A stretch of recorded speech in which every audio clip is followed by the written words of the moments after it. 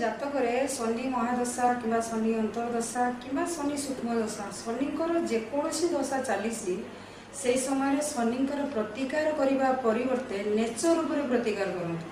ବିଶେଷ କରିକି ବ୍ଲାକ୍ କଲର୍କୁ ପୁରା ଏଭଏଡ୍ କରିଦିଅନ୍ତୁ, ବ୍ଲୁ କଲର୍କୁ ପୁରା ଏଭଏଡ୍ କରିଦିଅନ୍ତୁ, ବ୍ଲାକ୍ କଲର୍କୁ ଦାନ କରନ୍ତୁ। ବିଶେଷ କରିକି ବର୍ଷା ସମୟରେ ବ୍ଲାକ୍ କଲର୍ର ଛତା ଦାନ କରନ୍ତୁ। ରେନିକୋଟ୍ ଯଦି ଆପଣ ସକ୍ଷମ ଅଛନ୍ତି ରେନିକୋଟ୍ ଦାନ କରନ୍ତୁ। ଯେଉଁମାନେ ବର୍ଷା ପାଣିରେ ସଫେଇ କର୍ମଚାରୀ ବର୍ଷା ଜଳରେ ଭିଜି ଭିଜି ରାସ୍ତାଘାଟ ସଫା କରୁଛନ୍ତି ସେମାନଙ୍କୁ ରେନିକୋଟ୍ ଦାନ କରନ୍ତୁ, ଛତା ଦାନ କରନ୍ତୁ। ଖରାଦିନ ଯେତେବେଳେ ଅଛି ସେତେବେଳେ ବି ଛତା ଦାନ କରିପାରିବେ। ଶୀତ ଦିନରେ କଳା କମ୍ବଳ ଦାନ କରନ୍ତୁ। ପ୍ରତିକାର ନେଚର ଉପରେ ପ୍ରତିକାର କରନ୍ତୁ ପ୍ରଥମ, ତାପରେ ଆପଣ ଏଇସବୁ ପ୍ରତିକାର କରନ୍ତୁ, ଶୁଭ ଫଳ ପାଇବେ।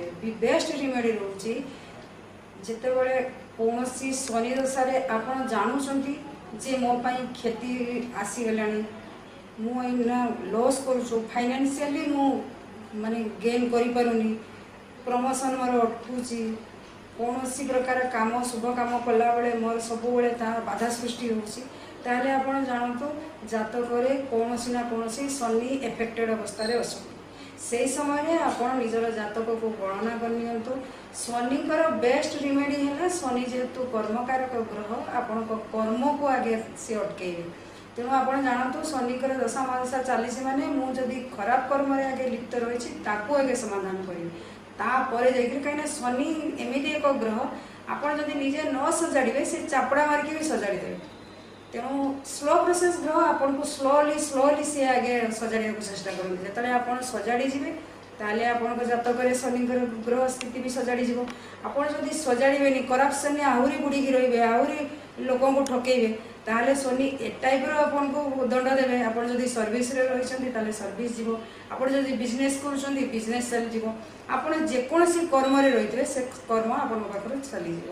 ତେଣୁ ଶନି ଏ ଟାଇପ୍ର ଗ୍ରହ।